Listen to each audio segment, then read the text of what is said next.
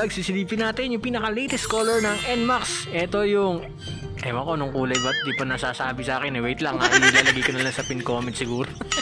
Pero kung nakikita nyo yung kulay natin, parang may pagka-silver siya na kulay blue. Pinaka-D niya is kulay blue. So parang pwede kong sabihin na pausong kulay. Hanggat wala pa yung sinasabing color nito ng Yamaha eh, pwede ko sabihin na gunmetal blue. Pauso. Sisilipin natin kung ano yung pinagkaiba ng NMAX na to kumpara doon sa mga latest or itong mga recent na release. Sa mga bago pa lamang sa aking channel, welcome sa inyo. Sa mga luma naman ay welcome back. At sa mga hindi pa nagsusubscribe, ano? Baka naman, let's go.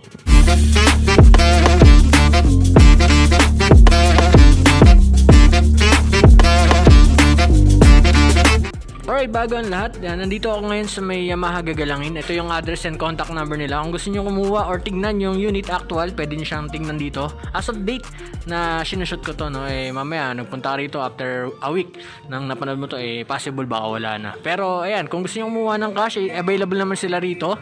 Tapos, so installment naman, ang kailangan lang namin sa inyo is 1 month data space tip, 2 valid IDs and 2 by 2 pictures para sa nag-work. And then sa nagbibusiness naman is barangay business permit or business permit galing sa City Hall, and then 2 valid IDs and then 2 by 2 pictures. Sa mga hindi nabanggit yun na pagkakitaan, pwede kayo mag-comment dyan sa comment section para masagot natin isa-isa kung ano yung mga pinagkakitaan nila. Ano pinagkakitaan? Kung ano yung magiging requirements pala nila.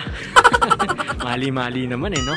Okay, eto na. Sa gulong natin, eh, parehas lang sila doon sa recent version na 110/70 by 12 sa harap. Sa likod naman, eh, 130/70 by 12. Yan, wala silang pinagkaiba. Pero, yan, makikita natin yung kulay kasi nito, ang ganda, no? Kumpara doon sa mga nauna, eh, ewan ko lang ha, kung nababadewan kayo sa taste ko. Ito, nagagandaan kasi ako sa kulay na to, eh. Pero kung ayaw nyo yung mga ganitong kulay, meron pa naman silang available na mga dark petrol, yung mga recent na NMAX yan, available pa sila. Yan, so kung ayaw nyo ng mga ganitong klaseng kulay. Pagdating sa braking system nila is naka single hydraulic disc sa harap at likod. Tapos naka ABS and TCS na rin to. Same lang dun sa recent. Caliper natin, single pot lang din. Sa shocks natin, eto, naka telescopic pa rin. Dito sa front shock, din sa likod. Tapos sa likod naman natin, eh, unit swing na dual shock. Yan, so parehas lang doon sa nauna, wala siyang baso. Yan, akala natin kasi yung lalabas na latest na NMAX na eto, eh, may baso, pero ito wala. Pero wala naman problema yun, eh.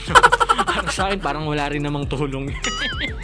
Comment kayo dyan guys kung ano ba yung pinaka-advantage ng mga shock na may baso kumpara dito sa mga wala. Yan, sa nakakaalam lang ha, kasi ako hindi ko alam yun eh. Ito na yung pagkakaiba niya mga tol doon sa mga naunang nilabas na NMAX, yung headlight niya. De, joke lang. Parehas lang guys. Parehas lang ito. Doon sa mga recent na nilabas, ang pinagkaiba lang talaga niya is totally kulay lang. And diretsahin ko na kayo para kung gusto nyo kumuha ng ganitong motor, eh, alam nyo na yung specs niya. Parehas sa parehas lang. Pero ito, i-appreciate ko lang yung kulay niya kasi parang ano yun, no? Parang nagdo-dual tone siya. Yan, pag tinignan nyo doon sa kabila, yan, kung makikita nyo sa video, is lumalabas talaga yung pagkakulay niya ng color blue. Pero pag malapitan mo siya tinignan, hindi kita sa video, eh, para siyang gray. Yan, napapansin nyo ba sa video? Ayan o, pagkakaiba niya. Ito yung blue. Tapos ito, pag tinignan mo na malapitan is nag-gray. Yan, sa mga hindi nakakaalam kung saan nakalagay yung mga signal lights ng NMAX, nandito siya sa bandang ilalim. Ito, yan. Tapos sa gilid natin, makikita na rin natin yung sticker, and then yung BBA na sticker din, ano, ito pala emblem ng logo, ito pala yung BBA, variable bulb actuation. Yan, sa panel niya, ito pa rin yung pinaka-itsura niya, naka digital panel pa rin tayo. Tapos sa bandang unahan, nakalagay yung kanilang technology na Y-Connect, kung saan pinaliwanag ko na doon sa video na to. Yan, hanapin nyo na lang sa channel ko o kaya search nyo na lang. Pero kung ayaw nyo i-search yun, quick recap lang, si Y-Connect is yung technology na kung saan pwedeng i-connect yung smartphone nyo para makuha nyo yung deeper monitoring or tracking ng paggamit nyo dun sa pinakamotor. Yan, gaya nung battery, kailangan magpapa-maintenance, fuel consumption, yan. At ayan na, nag-reply na ang ating contact sa Yamaha. Sakto-sakto na, sa gitna tayo ng video. Ang pinakakulay pala nito is dull blue metallic. Yan, so lalagay ko na sa screen yung pinaka-description ng kulay niya. Dull blue metallic yan. Pero malapit ano doon sa sinabi ko, no, gunmetal blue ano. Pero yan, kinorek tayo. Dull blue metallic. Yan. Switches natin, nandito pa rin yung rear brake and then yung ating menu button. kung saan pwede nyo i-adjust yung oras or kung saan gusto nyo makita kung ilan na yung odometer or battery life. Makikita nyo dyan sa digital panel yan. Di natin makikita ngayon kasi hindi pa activated yung motor dahil wala pa may-ari nito. And shoutout do sa unang may-ari nito, pera muna ako ng motor mo, saglit lang, bablog ko lang. And then high and low beam ng inyong headlight, signal lights left and right, and then yung busina. Yan, sa kaliwa naman nandito yung ating front brake, which is ABS and TCS na to, nabanggit ko rin kanina. Tapos at dito yung switch nila para sa stop and start. Yan, technology ng Yamaha na kung saan 3 to 5 seconds once na naka-on kasi pag in-off mo, bali wala, pag in-on mo yan, 3 to 5 seconds na nahinto yung motor mo, halimbawa na stoplight ka, automatic mag-i-sleep din yung pinaka-engine mo. So ang pinaka-tendency nun is baka katipid ka sa gas. Sabi nila, ewan ko lang kung totoo, diba? Sa mga NMAX user, pwede kayo mag-comment dyan sa baba kung totoo bang nakakatipid sa gas itong stop and start system nila. Sa baba naman, nandito yung hazard switch natin, and then yung ating electric start. Mabanggit ko nga pala, electric start, wala tayong manual kickstarter. Hindi kita pinapakita pa wala tayong manual kickstarter. So andito yung ating electric starter. So makikita naman natin yung battery light natin dyan sa panel o sakali na medyo alanganin ka na. So hindi ka pa rin makangamba once na halimbawa nasira yung battery mo, wala ka nang pang i-start na manual kickstarter. Makikita mo na dyan yung battery life mo. Banda sa ilalim natin, nandito yung mga side pockets natin kung saan pwede kayo maglagay ng mga barya o kaya mga ticket nyo sa parking. And tapos sa kabila naman, eto, ilawan natin. Yan, kasya rito mga kahit 3 phone. And tapos akala ko USB charger na. DC socket pa rin pala. Bilan nyo na lang to ng converter para maging charger, pwede rin yan. Pagdating sa switches natin, ito yung itsura ng switch natin. So kailangan na lang nito ng remote. Hindi na siya disusi. Yan, dahil nga keyless na siya. Once na naka-on yung remote at lumapit ka sa motor, madedetect na ng motor na pwede nyo siyang galawin. Yan, so ito, in case kasi na to wala pa kasi yun nga, hindi pa natin na-activate yung motor. Pero pwede nating buksan yung seat dahil nasa open position. Seat, tsaka yung fuel tank. Yan, speaking of fuel tank, ay bumukas Yun, kala ko sira Speaking of fuel tank is meron itong 7.1 liter na fuel tank capacity, and yung fuel consumption nito is naglalaro sa 35 to 45 para safe. May kalakasan ito ng gas kumpara sa mga MIUI, SOLI, sa Gravi, sa Mio Gear. Yan, syempre 155cc. Legroom natin, wala tayong gulay board, so wala talaga tayong paglalagyan ng gulay dyan. At kung di mo naman maiiwasan na bumili ng gulay, meron naman tayong underseat na napakalaki. So malawak talaga yung underseat niya. Pwede ka maglagay ng sapatos kung sakali man na yan nga, na wala kang ibang dalagay dito. Sapatos, kapote dahil maulan ngayon. And then nandito rin pala yung kanyang basic tools.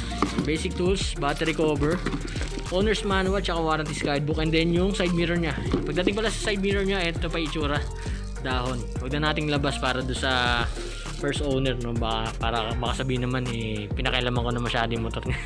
Dito rin pala nakalagay yung ating battery, and then yung ating CCU or yung pinaka Y-Connect. Yan, nandun sa dulo. Sa engine type naman ito ay liquid cooled 4-stroke single overhead cam, 4 valves, single cylinder, 155cc, fuel injected, tapos meron siyang engine oil capacity na 1 liter. Sa aesthetics naman ng cover side niya, and dito yung emblem natin na NMAX, tapos yung sticker na 155 na indicator na 155 lang, hindi siya 160 At since nandito na rin tayo, yan, i-appreciate ko ulit yung kulay.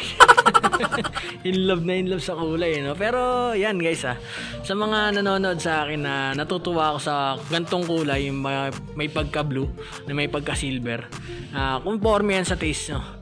Kung ayaw nyo ng taste ko, may mga available pa rin sila na silver, dark petrol. Yan yung mga available pa nila. Pero doon sa mga gusto talaga ng mga gantong kulay, ma-appreciate nyo to. Para sa akin kasi napaka-elegante ng mga gantong kulay. And isa pa dito, parang bumalik yung mga glossy category, Kasi yung huling glossy na silver is parang, para sa akin, hindi ganong glossy yun Pag nilapitan mo siya, medyo may pagkamat pa ng konti Malabo yung pagka-glossy niya ito kasi makintab talaga. Good news yun doon sa mga mahilig magpa-ceramic coating. Yung side stand naman natin, nandito pa rin. Yan, meron pa rin itong side stand kill switch na hindi magpapaandar sa motor mo. For safety purposes, kung sakali na iwan mo na naka-side stand yan, tapos gusto mo i-start yung motor yan. Para ma-start mo, balik mo, di ba? Sa taillight naman, eto, napakaganda talaga ng taillight ng NMAX. Eto, naka-LED pa rin siya. Tapos meron tayong mga visibility, dagdag visibility sa gabi, which is itong mga reflector. Yan. Additional visibility rin, meron tayong separate na plate light. Eto. Yan. Itsura ng tabucho niya is eto, yung pinaka-itsura. Same na same lang, napaka-elegante tignan, napakalaki. Bagay na bagay doon sa motor. So upuan naman natin, napakaganda ng tela na ginamit dito, napakakapit nito. Yan, kahit magpa-brake ka na magpa-brake, no, hindi ka dudulas doon sa pinakaharap. Makapit tong tela na to. Subukan na to. Para sa seat height ng unit, meron tayong 765mm. Saktong-sakto yan doon sa mga nagkaka-height na 5'3 pataas. Yan, abot pa ng 5'3 yan kasi pwede kang tumingkayad dyan. Pero kung gusto nyo ng mas komportable, yan, pwede nyo papalitan yung shock. Kung hindi kayo komportable sa shock, pabawasan nyo rin yung upuan para mas abot na abot nyo. Pwedeng lumapat yung paa nyo. Pero kung ayaw mong ganon, pabawasan, magpatangkad ka pa, no? Kung gusto mong maging komportable ka sa motor.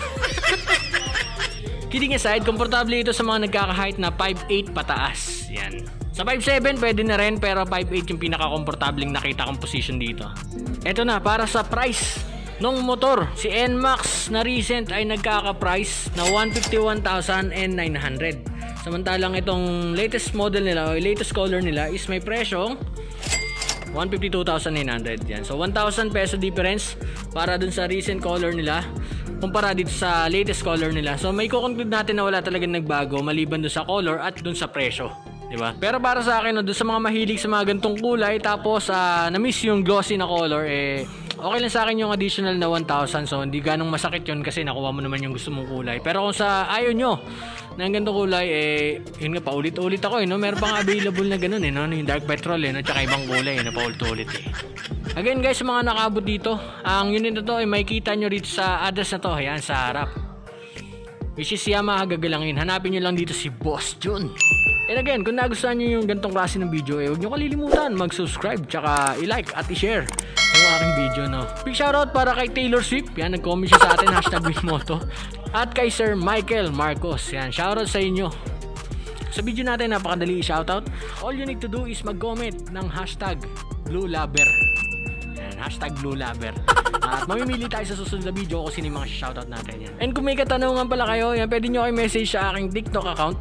Yung FB ko kasi na-block yung message, di ko alam kung paano ibalik Yan, kaya hindi ako makapag-reply. Pero sa comment, active naman ako. Nakapag-reply pa naman ako sa mga comment. Yan, doon sa mga nakikita ko lang. Iba kasi natatabunan na Pero kung di ka na re-reply yung comment mo, pwede ka mag-reply doon sa pinaka-latest video ko para makita ko. That's for this vlog guys. Maraming salamat sa mga nanonood. Again, NMAX Dual Metallic Blue. Dual Blue Metallic pala. That's it guys. I win out. Peace.